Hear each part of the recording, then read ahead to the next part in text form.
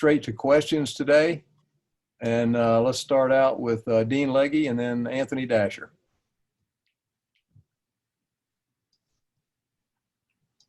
I'm sorry about that. Hey, Kirby, a couple questions. Number one, if something were to happen to JT, is Stetson ready to roll in terms of his shoulder situation?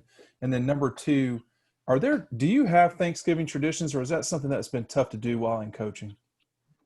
It's tough to do while in coaching. We have traditions a little bit for my family and for players and things like that in terms of eating. And we try to always have a good meal on Thanksgiving Day, kind of after the practice in the morning.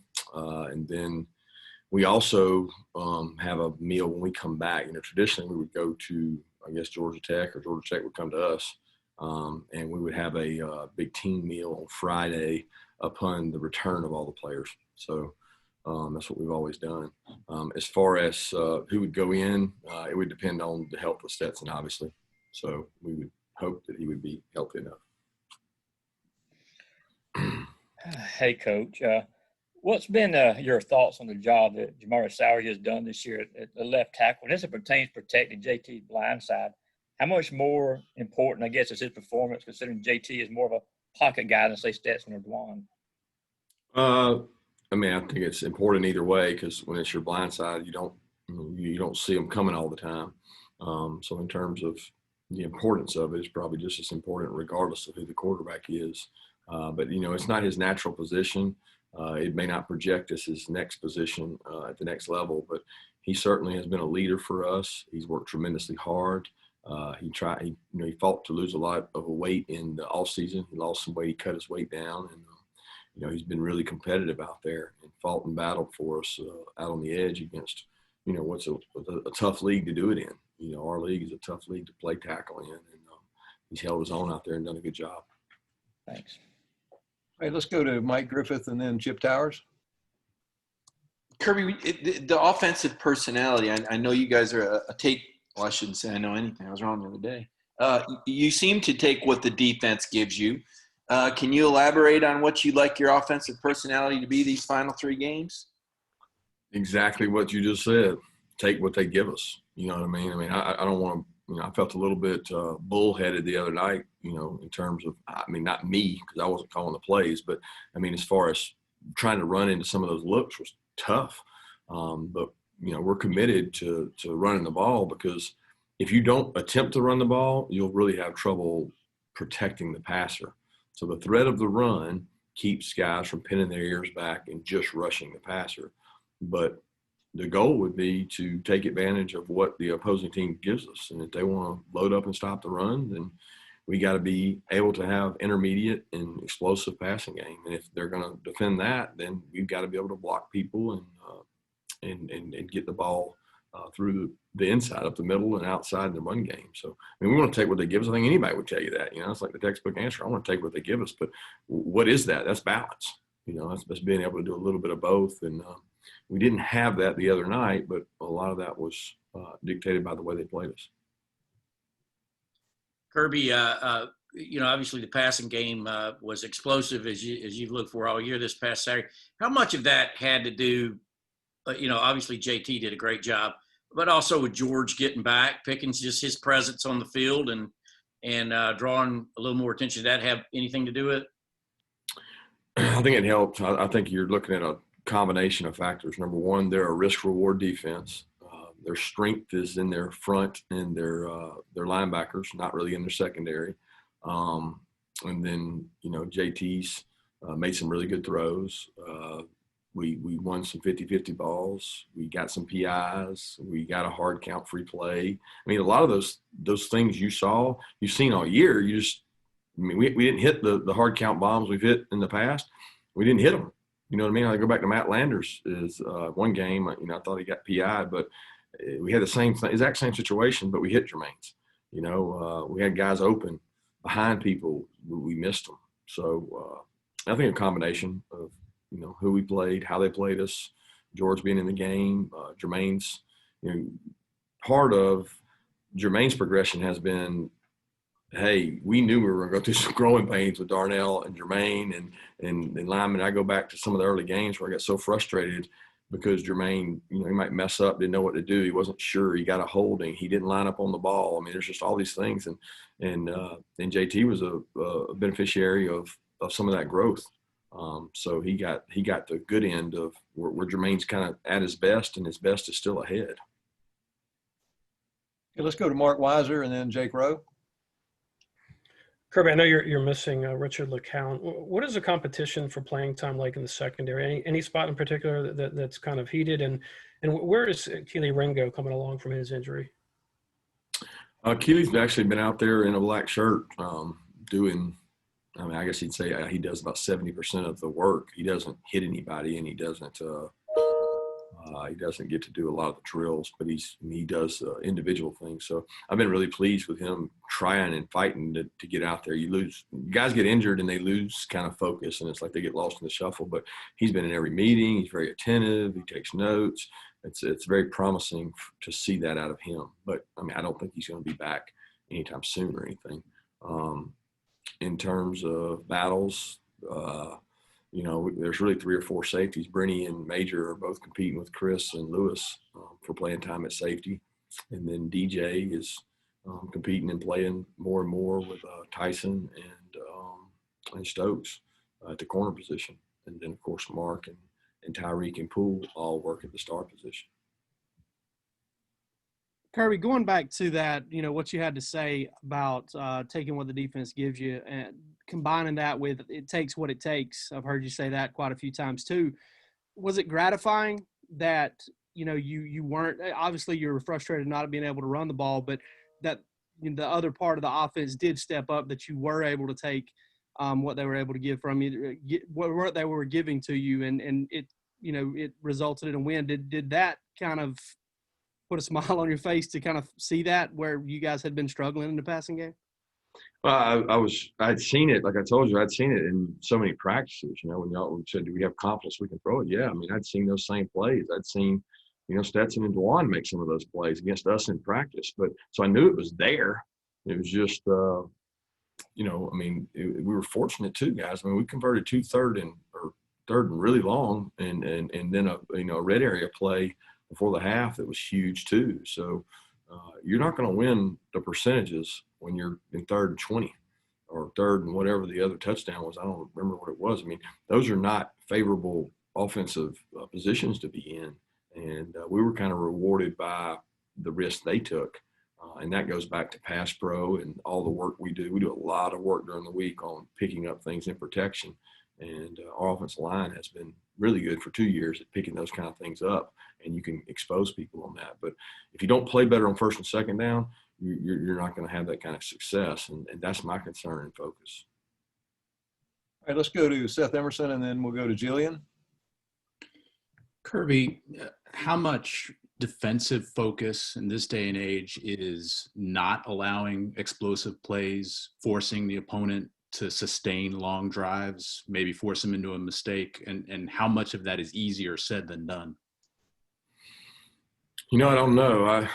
I'm torn between, being the aggressor and you're going to give up explosives and fighting for negatives, and the whole havoc rate, because the guys with havoc rate are going to give up explosives. So you're trying to find a balance. You can look at the Kentucky game and the game the other night against Mississippi State, and we didn't give up the explosives. We avoided the explosives for the most part. I mean, we gave up the big pass on Kentucky that was a touchdown. But outside of that, we didn't give up the explosives, but we still had long, extended drives.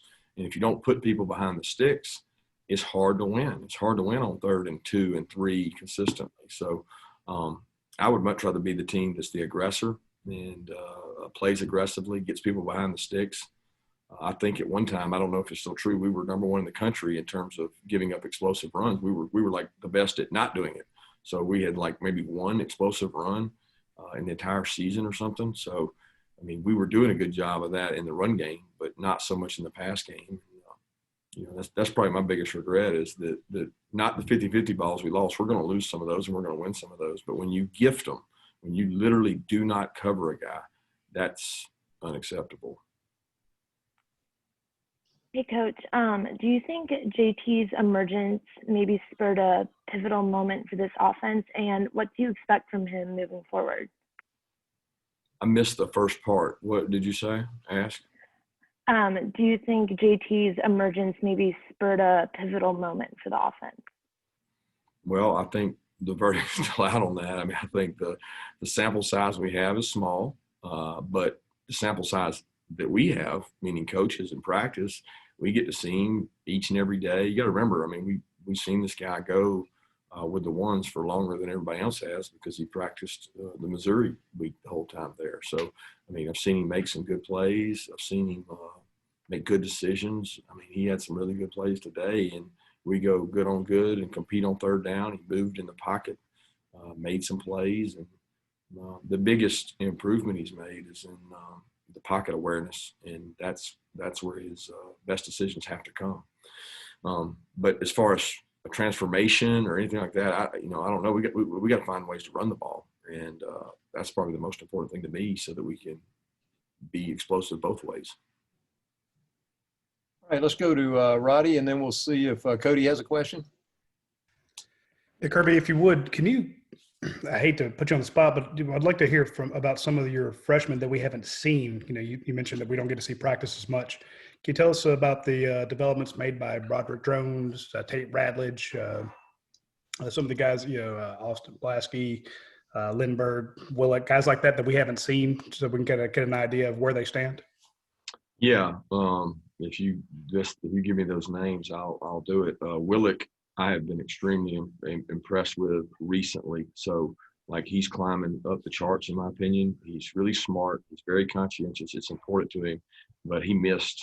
I mean, I forget how long it was. I don't even know if y'all knew. He had an MCL sprain, maybe the last scrimmage of camp, and so there was like 3 or 4 weeks or something where he didn't even practice. So it was like, golly, this guy's going to be way behind. And now he's come back. He's cut. He had to lose a lot of weight. I think he's lost 30 pounds.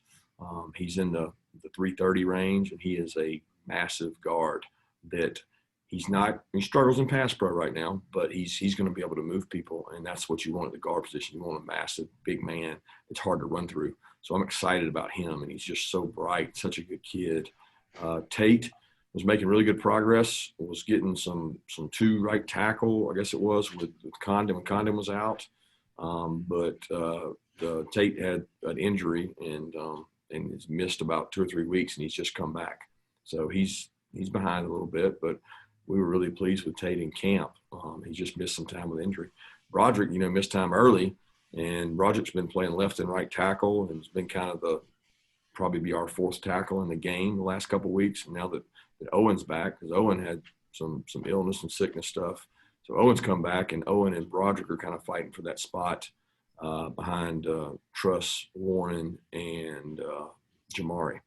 So very pleased with Broderick. Broderick needs a year in the weight room, but Broderick's a good athlete. He's just going to have to get stronger and more physical in the run game. But, he can pass pro and stay in front of people. And the beauty is these guys get to go against our outside backers one-on-one in pass rush every day, and I love it. I mean, there's not a day on a Monday, Tuesday, Wednesday we don't make them go good on good. They have to go block really good people because it's the only way to get better. Blasky continues to improve. I hadn't seen a guy as tough and as hard working as he is. He really works hard. And Chad's been there throughout, working at guard down there with us on the scout team. So when we look across the scout team, and you got Cam Kenny, Lindbergh, Willick, Blasky, and Tate across the scout team, it's good. We get really good work with those guys. I don't know if there's anybody else I didn't cover. Van Pran? Yeah, Van Pran. I mean, he runs with the twos. He reps with the twos, so Warren can flip at the guards. So Warren Erickson goes back and forth at guard. Van Pran works at center. Been really consistent. He's getting better fast, really smart. Felt like if something happened to Trey, it would still be close between Erickson and Van Pran, who would go in. But Van Pran is closing that gap so that Warren can play the 2 guard spots. Let me ask you, not to take up too much time, but can you give us something on Ladd McConkey and Darren Branch? Yeah, Ladd is another guy that was coming on. It was like really exciting because he goes on the scout team and does so many good things. Man, he's tough. He's physical. He blocks well. And then he had a contact trace that he had to miss 14 days. So it crushed him because when we were down receivers, we thought we were going to get to bring him up and really work him. And then he got 14 days and just got back. So we've been limited what we could do with him. And Branch has worked on the scout team. You know, he missed a little bit of time in fall camp, but he's worked with the scout team and been really competitive. And hopefully he grows into a good player, but he's just not ready right now. Thank you. Cody, do you have a question? Sure. Coach, when it comes to you and Coach Bobo with the family history of coaching, what is it about that makes you guys so effective as head coaches or as coaches? I'm not. Will you ask that again? I don't understand what you're saying. You're saying our families. Both you have coaching in your family. What is it about? You know, it seems like a lot. You know, Muschamp, the same kind of thing. What is it about having that in your family that makes you effective at what you do? Well, I mean, obviously, I think you grow up around it. You know, it's like in your DNA. It's like every coach doesn't want his son to be a coach. He wants him to be something better, and then they end up being a coach anyway because that's all they've grown up around. So I know my dad never discouraged me from coaching, but he never encouraged it either. And Mike's dad would probably say the same thing. But you know, it's when you see it, you know, kind of in your parents, like it was in our two dads who grew up Highway 84, South Georgia football, a lot of great matchups, and Friday night being the most important thing in the town. It's just kind of, you know, it's in your DNA. So it was that way for both of us, and we're both competitive people probably because of our parents. Connor Riley, I'm sure you have a question. I do. Thanks, Clyde. Kirby, now that you've been without him for 3 games, what do you think this defense misses the most without having Richard LeCounte out there? I just really think confidence, you know, I don't know what to call it. I mean, playmaking ability, because, you know, he always made plays. That's the one thing about Richard. You cannot find a game that he didn't, you know, have some crazy break out of the middle or run down a reverse or just, you know, make a acrobatic interception. Just that moxie and playmaking ability is probably one of the biggest things, and confidence. He breeds confidence, and it just kind of it trickles down into the other players. With Richard, and probably missed some of that, you know, just that playmaking ability. Yeah, we got time for maybe 2 more questions. Let's open up to anybody. Kirby, can you talk about Lewis Seenan? You know, you talk about Richard being such a leader. Where is Lewis at, his maturation, and what he means back there now? He's talented, and he's getting more and more instinctive. He's a really good tackler. I think, you know, challenge him in the leadership department. It's not something that he's had to do. That he hasn't been natural and comfortable with that, but he certainly can do it, because Lewis is one of those people that leads by example. He works extremely hard. Academics, he never misses anything. He works really hard on the practice field, but he's not extremely vocal either. So he sets a great example for the players. Hey, Kirby, If I could follow on if